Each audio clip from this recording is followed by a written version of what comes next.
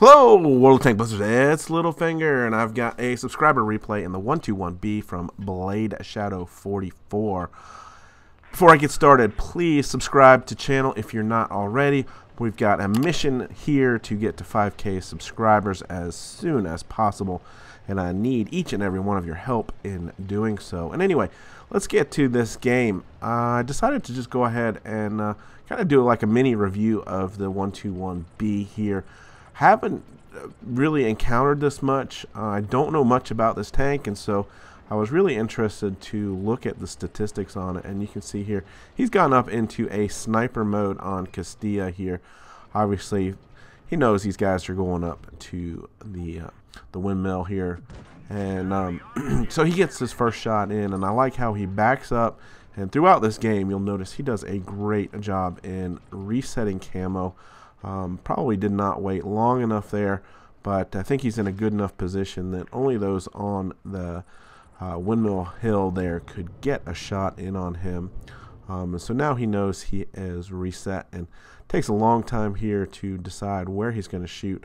Obviously a mouse providing him a very small target to shoot at. So anyway, you can see I have pulled up the T-62A and Object 140 because, let's face it, these Chinese tanks are basically Soviet knockoffs, and there's not a lot of difference between the two. But what I found really interesting in looking at the statistics on this 121B is it pulls a lot of the really good features from each of these two Soviet tanks.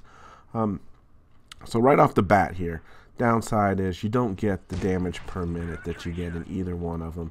3092 without any equipment versus 3339 for both the T-62A and Object 140. Pen is the highest there at 245, so you're matching the T-62A. Your alpha is actually higher than both of those at 350. So again, you know, DPM is not always everything. It's not that often that you can, you know, just shoot every second that you are reloaded. So I would say this seems to be a very good combination of penetration and alpha. It's a 105mm gun, and the shell velocity, you know, is nominally different. They are 4% different than the two Soviet tanks. Your aim time is the better of the two, as matches the T-62A. Dispersion's kind of right there in the middle, and you do get the -6 degrees of gun depression. So again, picking up a lot of those good characteristics of each of these tanks. You'll notice that 56 kilometers per hour is one of the best here, and thought this was a pretty risky move, knowing he's spotted, to back up here, and you'll see a big shot come into the rock right behind him. Right there. Gets a little bit lucky. So he's going to go ahead and decide to move on out. And so we've only got 4 minutes left in this game, and that does become an issue as we get a little bit further in. So anyway, 56 kilometers per hour as the top speed is faster than either of the Soviet tanks. However, terrain resistance at 0.6 is actually the worst of the two. So I still think this tank is going to move really well. But now if we move on down to the hull and turret armor, you're going to see we actually have a little bit more armor on the hull with 120mm. So I think, you know, if you get into a situation, a brawling situation, we already know this tank is super good hull down, that 240 rounded turret, but with 120mm instead of 100 on the hull, I think you're going to do a little bit better in a brawling situation. So I think that's a positive.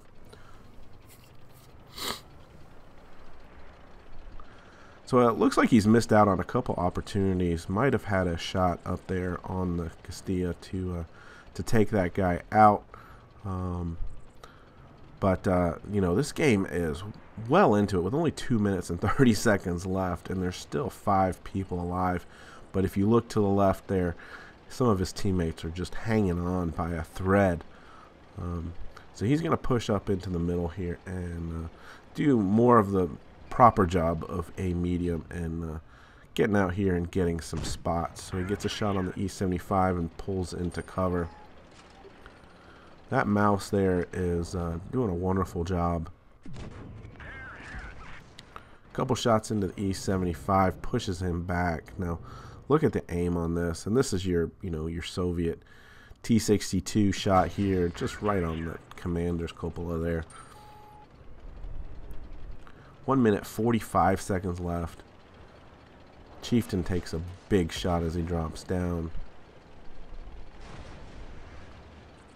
And he's going to go in and pull off the kill shot there. So you see the mobility, getting around, trade shots there, but we'll get the kill out of it. Now again, waits here about 10 seconds. You can see here, pauses, waiting for that camo to reset. Let's let them drop off. He is free to pull out now. And this mouse finally makes some poor decisions here with 1,200 hit points, a minute left, and he's going to take over 1,000 damage there for that mistake before he finally realizes, I better pull back and get angled.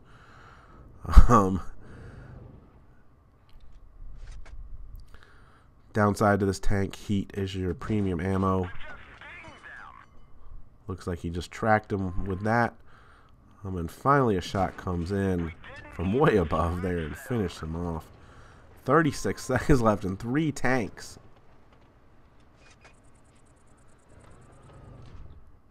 So E75 is trying to push again. It's still 3-on-3.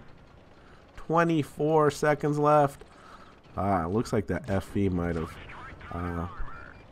gone AFK there, but he spots him up. Only is the E75 left, and look at this. He's just a one-shot.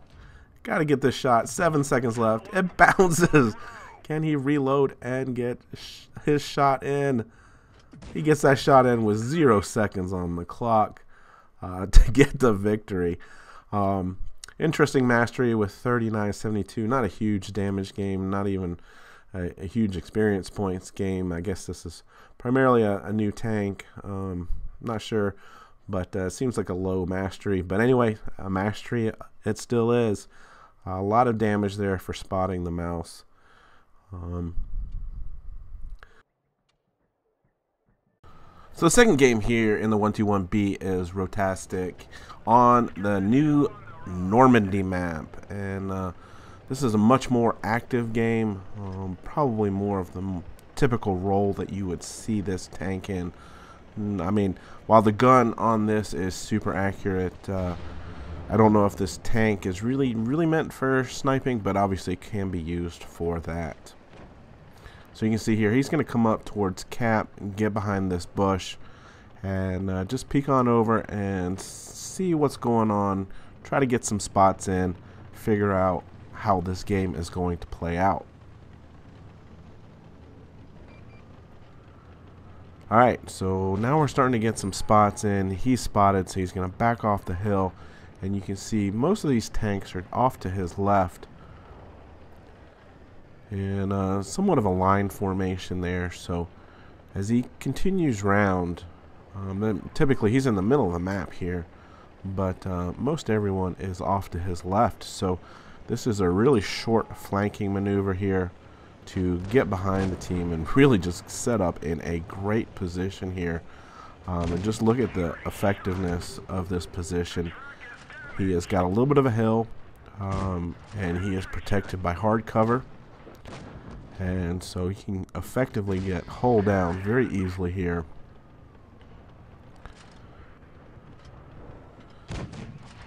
And you can see he's just snapping these shots in. Super accurate gun. There's kill number 1. Hiding this whole tank behind the rock as he reloads. Shot a little bit late there as he was backing up and clips the rock. But now this is putting the full DPM of this gun to use. As soon as he's reloaded, he already has targets. And I'm assuming he's playing on PC here because some of these shots are just not that easy on a tablet. So you can see he's already up to 3K in damage already.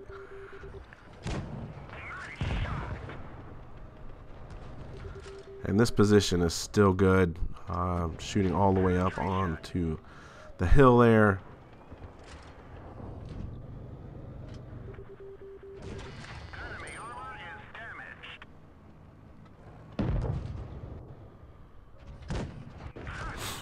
Takes a shot in the back track there.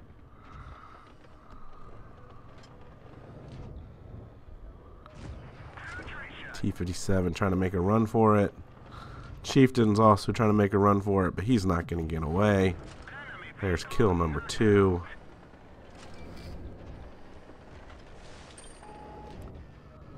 T-57 is now sitting on top of a ridge line. Not good.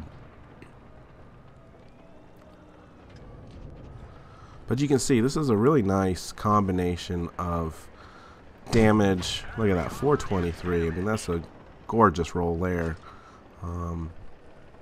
350s is average. Look at that. 3 kills, 5,453 damage. And just really getting into a wonderful spot on this map. But you can see how this gun is super accurate, how it puts out all of this damage. But I'm not sure if there's enough here to differentiate it between the T62A or the Object 140 to shell out 20,000 gold.